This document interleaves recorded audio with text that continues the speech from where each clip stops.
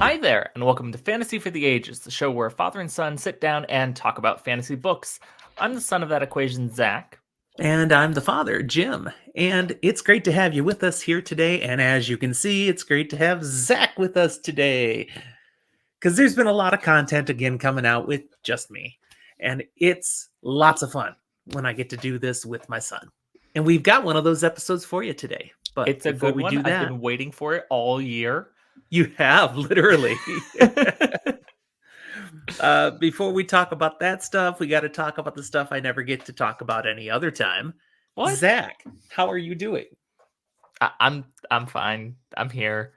Uh, Yay! I've been doing some last minute Christmas shopping because I'm bad at that. Ooh. But I'm getting it done at least. So there's Yeah, you that. still have, A couple what, days. By the time this 7 comes days? out, 6 if none. you open on Christmas Eve. Hmm. Hmm. Which do you guys do? Do you open on Christmas or Christmas Eve? Here with Rachel's family, Christmas. I'm sorry. That's okay. Okay, my Christmas shopping's done. We've been good. We have some more stuff to go to you and Rach and Roly sitting in a box waiting to get to the post You office. sure it's sitting in a box waiting to go to the post office? I'm quite. Because mom just texted me saying there was something that got shipped. Oh, crap. Nope. Maybe she took it with her this morning. It was there, but you're right. It might be gone now. So she probably took care of it. Yay. And when I say just, I mean like within the last 10, 15 minutes before we were recording, she texted me. Well, that's pretty good. She takes care of that stuff. I just Oh, do what she there's tells a me. reason why your present is shipped directly to you, because if it came to me, you'd be getting it next Christmas. Yeah. Oops. So that works for me. How are you doing? I'm doing fine. Busy, trying to get some things done here this week. I don't work Friday, so I just have a 4-day work week. And I'm not traveling this week, so I have the time to get some things done. But now it's how many things can I get done? Hmm. But other than that, I'm doing fine. Your mom and I were away for the weekend, did a nice little getaway in Hood River, a little wine and Christmas soiree thing, and it was cool, Mm-hmm. but not too far away. And the weather was great. So that was fun. And your mom's getting over a cold. So That's that part's less not so fun. fun, but that's what Dayquil and NyQuil are for. It's not COVID. Well, that's good. Are you drinking anything? Just some totally generically branded, not sponsored cola. Uh, I'm actually having a drink today. I have a nice dirty vodka martini. So is this celebratory you reached camel weight, or No, I am close. I needed to get a refill on my medication and I started again tomorrow. So, gonna have a mm, drink today. mm. Well, enjoy it while you can. That's exactly right. And to explain any more about the rest of that is too much information. So, going on, I want to say thank you to all of you. Welcome, YouTubers. We are up to 670 now today, which is fun. We've been climbing. We've got over 100 new subscribers in just the last 4 weeks. See, I'm sitting here almost offended by the fact that we're at 670, because like a day or two ago, you showed me that we were getting close, but then you didn't send me a picture when we actually hit 666. It happened yesterday. And if you were on our social media presence more, you would know that. Because I did a whole to do on there. It was It very fun. Getting there is not the same as it getting sent directly to me. I want to feel special sometimes. Do you now? Well, I'm pretty sure I can solve that somehow. Yeah, I can do something about that. I do want to let you know why it was on social media. I decided to toss it out there that since we'd hit this diabolical number, Mm-hmm. there it is. Boom. There I it took a is. screenshot when we hit Beautiful. there. But again, we're 4 past it now. When we hit the number, I sent it out to our followers. Okay, I should read something demon based, I guess, or something. So I gave them some choices, and the book that is winning by a landslide so far, Good Omens. So Oh, I already have that on my list, and it'll just be something I can, read sooner because the fans are telling me raise it higher. That probably won't be too grueling. No, no, I Have think you've read Good Omens, haven't you? I haven't actually read it. It's on my list for a bit. Rach read it. She really enjoyed it. Okay. Hmm. But again, thank you to all of you that are participating, watching our videos, commenting. We get lots of comments, and I always respond. And once in a while, Zach might see them and jump in too. Who knows? But he does care as well. You care, right, Zach? Oh, I care. See? Absolutely. You care. If you want to keep this fun going, don't forget to like this video down below. Subscribe if you haven't subscribed yet. Again, you can leave comments to this one, and we'll talk to you. And in the show notes, all the ways that you can interact with Zach and I are there. Our Discord server, social media, even an email address. And we do have a Patreon. Thank you to those of you who already support us on Patreon. Now, what are we going to talk about here today? This is our Books. annual what, Zach? It's our top 10 books and things. Books might be an understatement that we read in this past year. In this case, 2023. All right. And this is not trying to say these are the best books that existed Nor that is we it read. the This is objectively best written books that each of us read at these given times, critically acclaimed. We're not authors. We aren't even really writers. So we don't have the credibility to say that. we're fans. That's what we are. We're fans. And so as fans, we can say of the books that we read this year, these were our favorites. Yep. And we'll be going from bottom to top, sharing with you very briefly the books and maybe what it was that we liked about it. This is not a spoiler episode, so we're not going to tell you the plots of the stories. We're just sharing the books that we really liked and maybe a couple of things about why, but that's it. Now And it'll be there's interesting to see if we have anything matching because we read a lot of different things from each other this year. I don't think this year we're going to have anything that lines up. It's possible. Yeah. There were a couple of ground rules we established for the lists as we created them. One is that we're not ever listing multiple books from the same series, which is good because I read a lot of different series and some were really good, and that could be a lot of books then, and that's boring. So, Well, to be fair, last year we didn't exactly specify that, and your list consisted of 2 series. so we may pick a book from a series that we read and tell you our favorite from that series, or we might just say the series we read and put that in a slot. It's up to us individually on how we do that, but there are not multiple appearances from any one series in our list of 10. So that's one ground rule. And the second, none of these are rereads. I did some rereads this year. You did some rereads this year, I think. A couple little things, Yeah. maybe. So I don't even know if I counted them in my books read. to make our list, it had to be the first time we were reading it. How many books are you drawing from, Zach? Currently, 60. I'm very close to getting to 62 books this year. But I have 2 that are still not quite finished. Probably will by the end of the year. But as it stands, I'm at 60. So double what I had last year. And that might be an all-time high for you in a given year, especially with adult-sized books. Yeah, I don't know if I had the adult-sized income to support this as a child. Wait, you had my income supporting whatever you read. Yeah, There were a but lot of small little scholastic books you could have. there was a certain level of limit to what was reasonable to ask for. I don't remember ever telling you no about a book, though. Not Books, man. directly, but there's that moment of like, I've already asked for 7 this month. It feels really bad to ask for another 2 or so. So it's just like the internalized guilt, you know? When your parents are both educators, we tend to say yes to books. Now, when you ask for another video game, that was more like, well, how much money you got saved up? I don't know. I distinctly remember going to Barnes and Noble with my saved up quarters to buy books. And I'm sure the workers thought it was adorable, Oh, they even though you think in your probably memory did. that they also were probably cringing. hated counting it.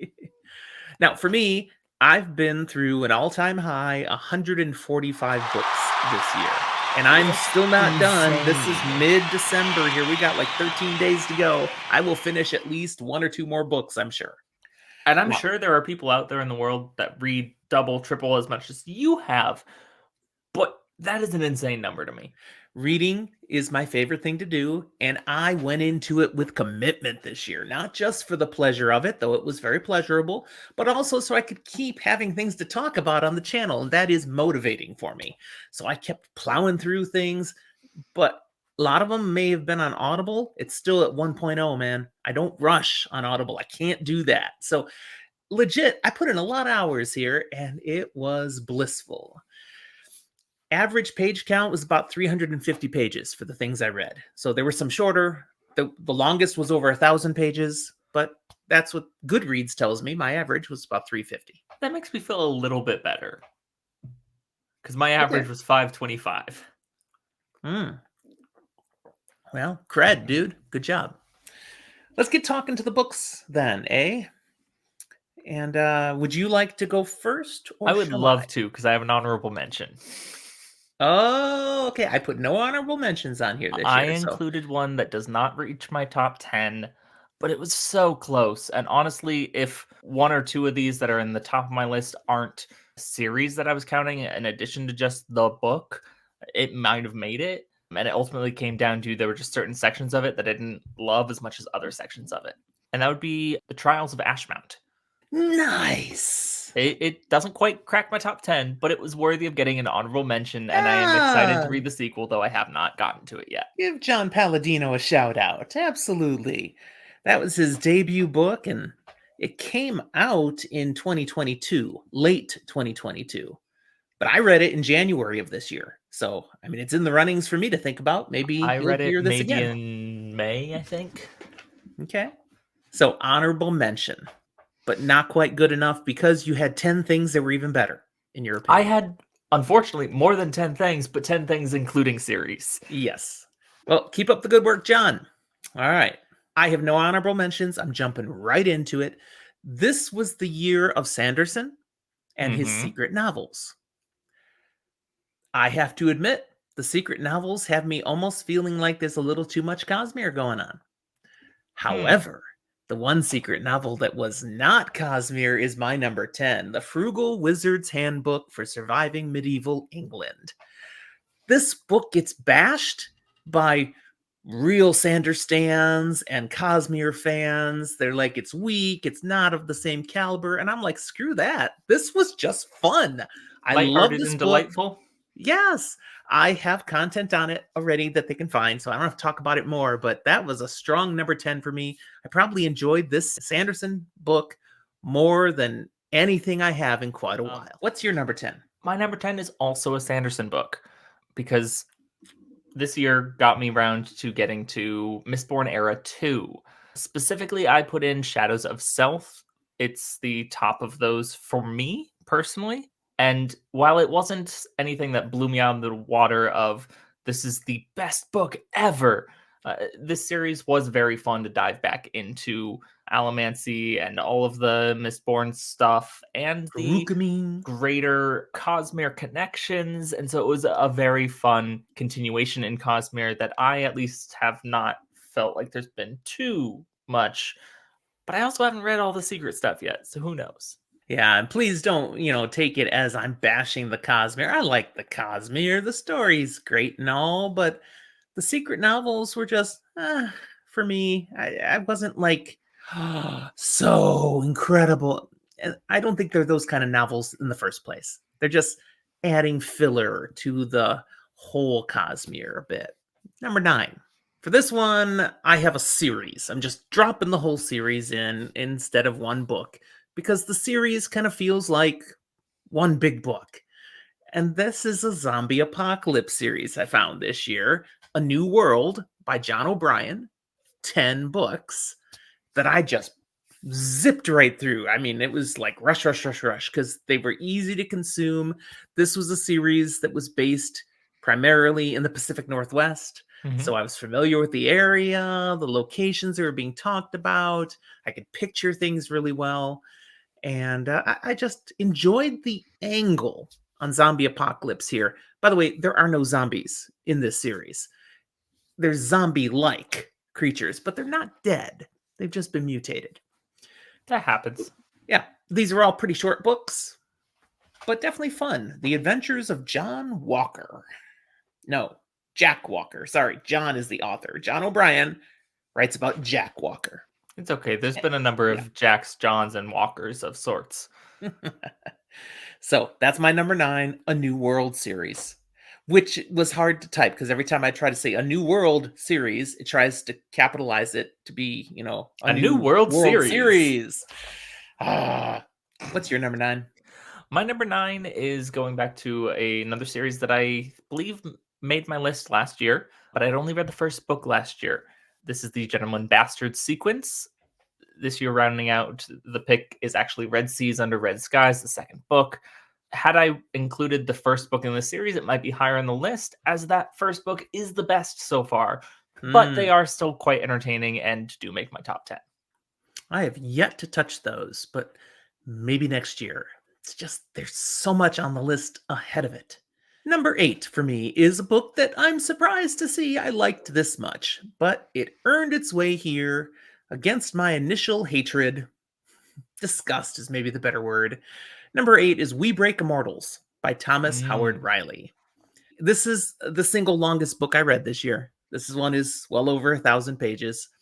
And the whole first 15%, I was like, what? I hate the way this author's writing. I hate the characters. They're stupid and disgusting. And really, it was one particular character that really got me. But I've talked about that in other episodes. The point is, despite the bumpy start, the book is strong enough and excellent enough in what it does introduce that it totally won me over and makes it up to number 8 on this list. Must have landed the finish. Oh, he did. He did. It is solid grimdark. I mean, it's grimmy grimdark. And the deaths that happen in this book, this man has a sick mind. I mean, the creative destruction of bodies. Nah. For that alone, you should check this book out sometime. This is book 1 of a series where he's written nothing else yet, but he's definitely going to be writing more because it was very successful and you need more in this series. Okay. That's my 8. What's your 8? My number 8 is, again, something I read the first book of last year, the Rhaenyra Chronicles. In this slot, I slip in that last book, Heir of Navron. Okay. It's an entertaining read. It has a great set of characters, nice little cast that you can really grow to love and enjoy and see develop. And really, for the characters, you might go back and read the sequel/prequel series, because I don't think it's necessarily going to be something that, like, you need that story. You just love the characters. There are more books written in this world, too. Not just connected to these characters, but, like, there's a jump back in time. And there's a previous era that he's written stuff about. I haven't touched any of that yet. By the way, the author is... Sullivan. Yes, Michael Sullivan, but there's a middle initial. J? Michael J. Sullivan. That sounds right. I like that. It's like I know the authors. Will I always know how to say all the authors and or recall them off the top of my head? No, I didn't write them down. I'm a little hazy on the author because it was much longer ago that I read these than you. But Michael J. Sullivan, Michael R. Sullivan. I think it's J. Yeah, that sounds right. It sounds right. I just don't know if it is. Let's move on. Number 7 for me is again from zombie apocalyptic literature. I go with a book I don't know how to pronounce. Haraeth? I'll be putting a graphic. It'll be sitting right here in the middle of us. They'll see the book. Okay. Haraeth. It's number 16 in Mark Tufo's Zombie Fallout series. And what's significant about this book is it's the end of the primary storyline. It wraps it up with a bow. It's done. Then he starts with book 17, telling more stories of Michael Talbot and his adventures in this world and stuff he, skipped over in the main storyline, or things that are also parallel timeline things. He's just being creative and people want more. So I've got book 21 waiting for me to read now. It's downloaded already. He just keeps putting them out. But this one, the finish of the excellent Zombie Fallout series, definitely earned a place in my top 10. That's number 7. For number 7, it was a new author for me. I quite enjoyed her work. This is R.F. Kuang's The Poppy War trilogy. Nice. It was very interesting for me. Fresh take on fantasy, getting some of that more Eastern culture influences, but also having some serious elements of grimdark and really hitting into some deeper concepts that made me very, very excited to be reading what I'm currently reading, which is also by her. Ah, yes. I got to remember that and get it up on our title screen, background screen. R.F. Kuang, Poppy War is on my TBR high enough that I might get to it next year. We'll see. So, in the low hundreds. Well, I mean, anything that's, 145 or under is fair game next year, right? Okay. Number 6, Pines. Book 1 of the Wayward Pines trilogy by Blake Crouch. Now, I read the whole trilogy, loved the whole trilogy. There's a TV adaptation that I haven't finished yet because Mom was getting bored, but I do need to finish the adaptation. I was liking it. The books are fantastic, but book 1 is the best because it's the most surprising. Okay? There's reveals that you don't see coming. You know something's going on, and then when you finally figure out what's going on, you're like, wait, that's what's going on? Now, But then there's once more you go to reveals further and things in 2 books, and it's like 3. but you know what kind of vibe you're getting into. Exactly. It's not quite as shocking and impressive. Still good. I give props to the whole Wayward Pines trilogy, but book 1, Pines, is the one that gets my number 6 slot. How about you? So this year, a book came out that is not in my top 10 list by Brent Weeks' Night Angel Nemesis. That did not make the list. However, I did finish the trilogy that had brought into this year, and so Night Angel, the trilogy, The does make original my trilogy. list as after having read the first book, I think over a year ago, got back in, read the second and the third. It was really a year of book twos for me. A lot of these different Yes. series, book 2 was like my favorite in the series, and that's the case here as Shadow's Edge was my favorite. Okay. Nice. That is a really good trilogy, which only emphasizes how disappointed we were in Night Angel Nemesis. I was not There's as hope. disappointed as you were, though. Okay, that's fine. But most of the fandom is with me on this one. It's a bloated novel. There's a crux of a story there that we can work with, and hopefully what he writes in the future on it will be better. But he just too much. Before I go on to the second half of the list, number 5, I did think of an honorable mention. Okay. And it's I'll one give it that to you. I'm going to say it because it breaks the rules, and that's why it's an honorable mention. It can't be on here. It was a But it's reread? right below me. The Dark Tower series. Now, it's a reread from like 30 years ago that honestly, book 6, and now I'm on the last book, book 7, I don't remember. I know I read them. I do not remember at all the story. I have a teeny bit tucked in the back of my head of what happens at the end of this book 7 now. But the events I'm reading right now, I do not remember these at all, which just blows my mind. I remembered the earlier books, and even book 5, Wolves of the Kala.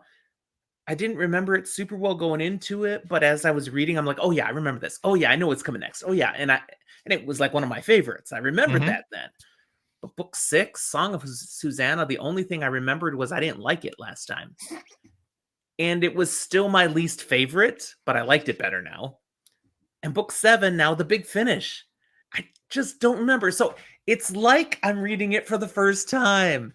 It is Stephen King's epic fantasy, but it also ties in almost everything Stephen King has written into the Dark Tower series. It's amazing what he's done, and I'm loving it. So I can't give it one of the top 10 because it breaks the rules. But we can give it an honorable mention. Yeah. So in that case, what's your number 5? Number 5 is something I resisted reading for many years, but it gets on here now. Patrick Rothfuss's The Kingkiller Chronicle. I read The Name of the Wind. I read The Wise Man's Fear.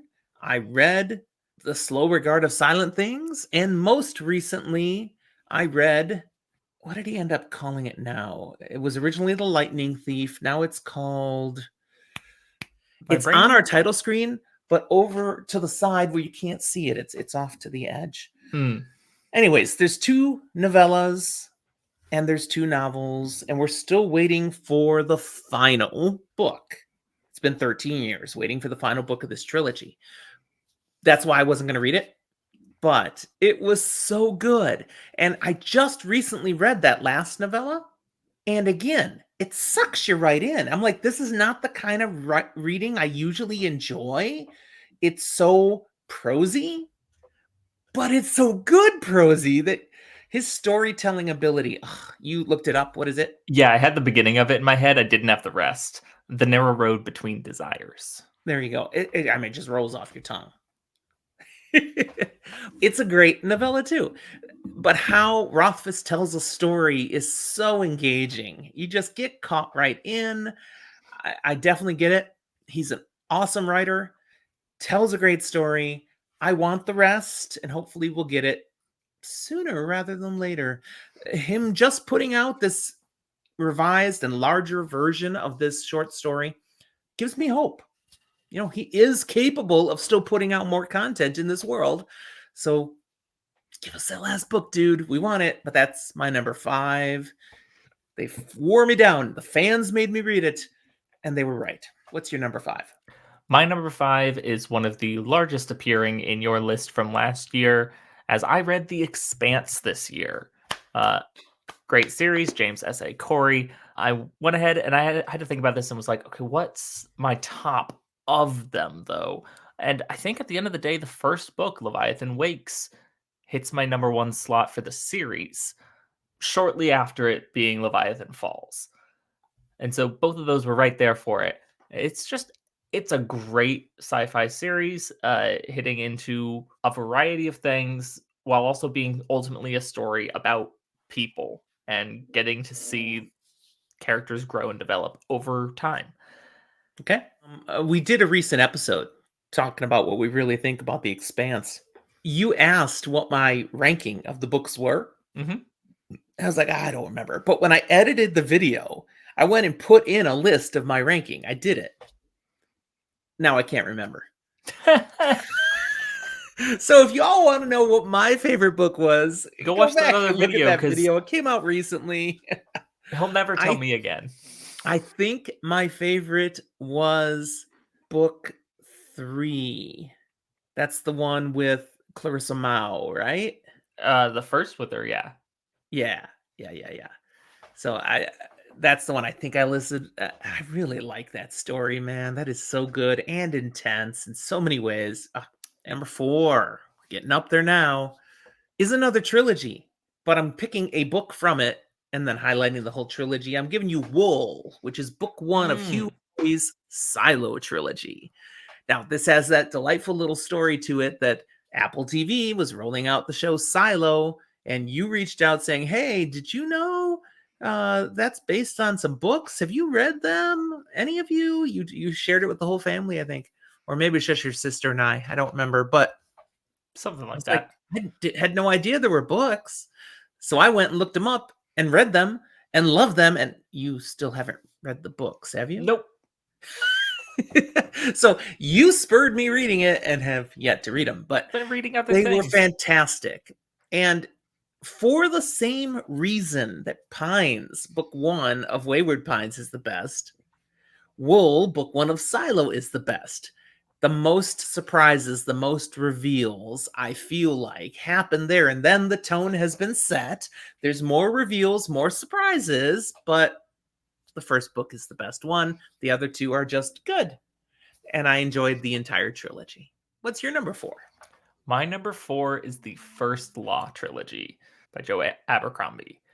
Specifically, I loved how this series was concluded. It was really one big story along the 3. So Last Argument of Kings gets my number 4 slot.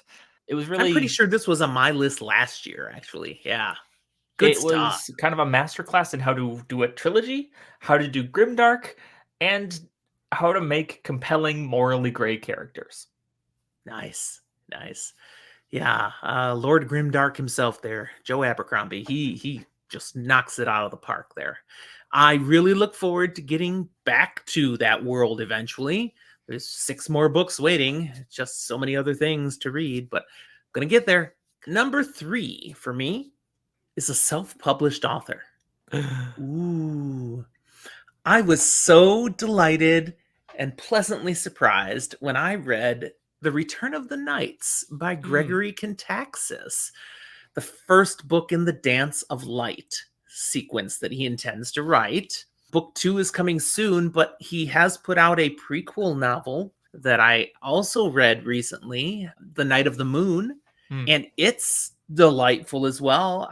Heck, it might even be better than book 1 because you have the context of book 1. Without the context of book 1, it's not so great. But I enjoyed that book really well, but both of these. So The Return of the Knights, I've got an episode on it again, but in short, why do I like it? It's classic fantasy. It's just good stuff. It's a great story. There's honestly nothing absolutely shocking, but everything's satisfying. It's a good tale. I enjoyed it, and it's really well written. And it's originally written in Greek and then translated to English, and you never know it. And I've read books in other languages translated to English, and you can feel it. There's a little stiltedness to it at times. Yeah, not this. I'm like, really? This isn't the original language? I'm shocked. Now, he's worked really hard to make sure it reads that way. But wow.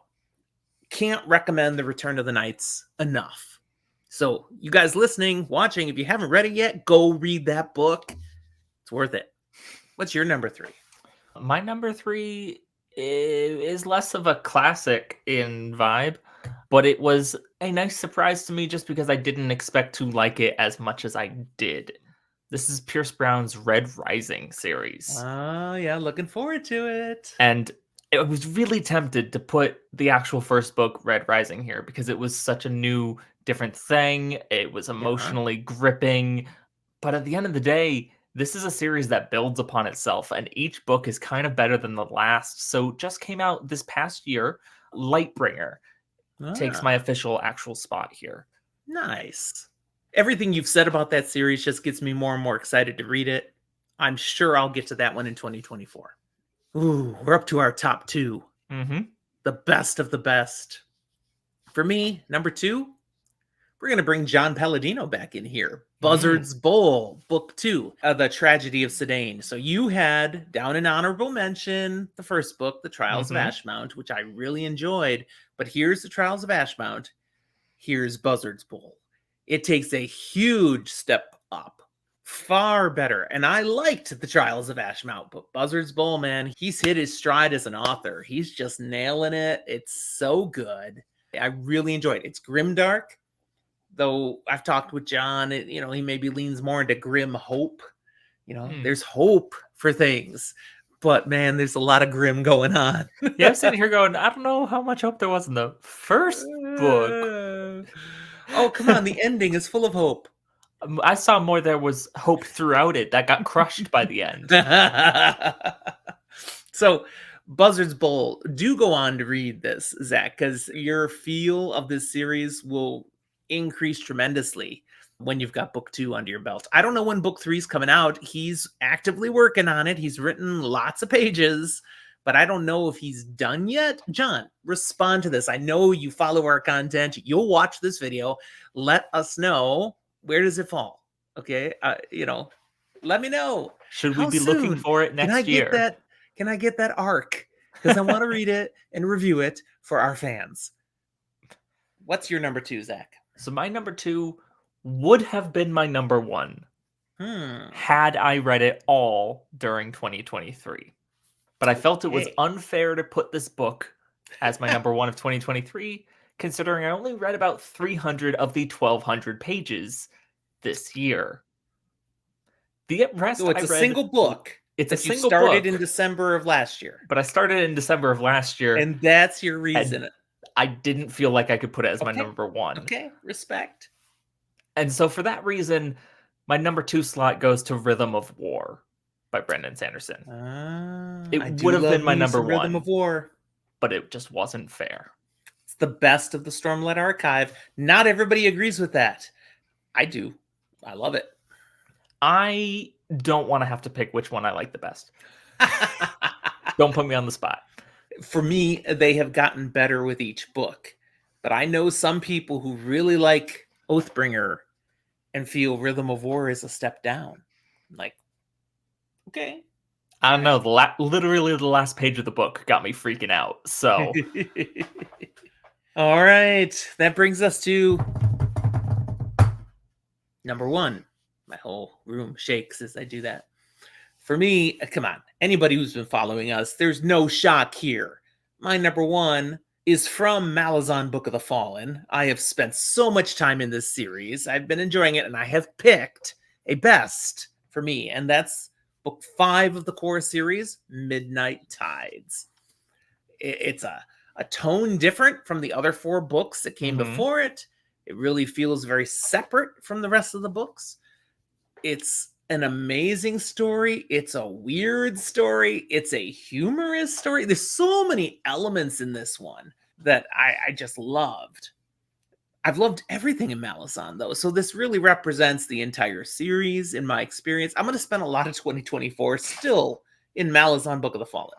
But Midnight Tides, you get the number one. Well done, Steven Erikson. Shout out up there on the side. You see, I've read my first E.N.C. Esselmont book from Malazan, which is Night of Knives. Much shorter than the 4 core books. This is a corollary series. It was a hoot. Totally love that. I have an episode out on that too, so they can go check it out. But so good. Malazan, man. Malazan. I'll get Wheel there. of Time. I'm partway through book 1. You're in danger, man, because Malazan. Wow. It's right there. I gotta read more, but it might become my best favorite series of all. That's big. I know. All right. Bated breath. What is Zachary David Scriven's number one? That is my full legal name, correct. Which I usually only used when you were in trouble. But that was usually your mother. Anyway, no, as I said earlier, it's been a year of book 2s for me. Book 2 in a lot of series were my favorite within the series. And so my first pick, my best book of the year, goes to a book 2. The second book in Matthew Stover's Axe of Cain, Blade of Tyshal. Nice. Another thing high on my TBR. It was so good. There are so many parts of it that are so bad in a good way or so good in a good way. Painful moments, heroic moments, disgusting moments, but all that just led to me going, I'm going to enjoy reading the next books. And I did. And until I realized I had to only limit 1 book per series, another one of the later books was on my top 10. But I didn't need more books after this. This was just, I'm good. This was amazing. Everything you were looking for. Nice. It's a great book. Yeah, I'm excited. You have directly inspired me to be energetic and excited for both the Red Rising series and the Axe of Cain. They already were on my TBR, but your enthusiasm for them has helped me. Now, talk to me about Malazan, because I know you've been reading Gardens of the Moon. Where are we at, dude? I'm still at like 30-something%. I don't read fast on my phone. It's a tough book to get through. My phone is like the last option to read. So it's my first. I'm doing physical or audiobook, and then eventually I get to, I'm just reading on my phone because it's an awkward time and setting for me to do any of the others or something. So I really just get to it last. Now, your mother has for a long time been a Apple iBooks reader instead of a Kindle reader, but phone is her primary. She has switched though. She's been converted Kindle. That's what she's reading now on her phone. I read what's cheaper / I have access to. Have you looked into Kindle Unlimited? I signed up this past month. Like I said, ton of things there, man. Are my slowest and worst form of reading, so it would be a waste for me ultimately. Unlike you, I don't get stuck on physical books in the same way. I get Okay. stuck on my phone. It's the same thing but reverse, which is weird because I'm the young one Yeah, it comparatively. is weird. Well, and your sister too likes real books. I'm like, I have a lot of real books. I've moved them all over the country. They're heavy. You I know what it like is? ebooks. We can see the letters. I can see the letters fine when I can blow them up as large as I want. Exactly. We don't need that for our physical books. Hmm. All right, this has been a delightful review of some really good books. I'm going to give a shout out to all these authors in the, details of the show It's all and when I down there publish and it and things. stuff. So they will know. We applaud you. We thank you for giving us some fun stuff to enjoy. This is, yeah, thank you. Good job. That's a round of applause. Yes, very nice. Keep up the good work, especially those of you who are self-published who made these lists, because man, that's rough. It's hard doing the self-published thing. Speaking of my friend Eric Hahn, who you have not read, I haven't read yet, met. Would but you I have like met. to? I I do I'll have get that there first eventually. book. His first book, Jake the Dragon Talker, is out there and selling like hotcakes. It's really doing well. It's not in my top 10, but it was fantastic. I enjoyed it. But it's written for, like ages 10 to 12. You can enjoy it when you're older too, but the sweet spot is the younger age. His next book's going to be even better. Okay. I've got nothing else to say here. Do you have anything else to say? Not here. Not here. We're going to record another episode soon, so that's all we'll save our talking for today on this episode. Thanks for watching, everyone. We'll talk to you next time.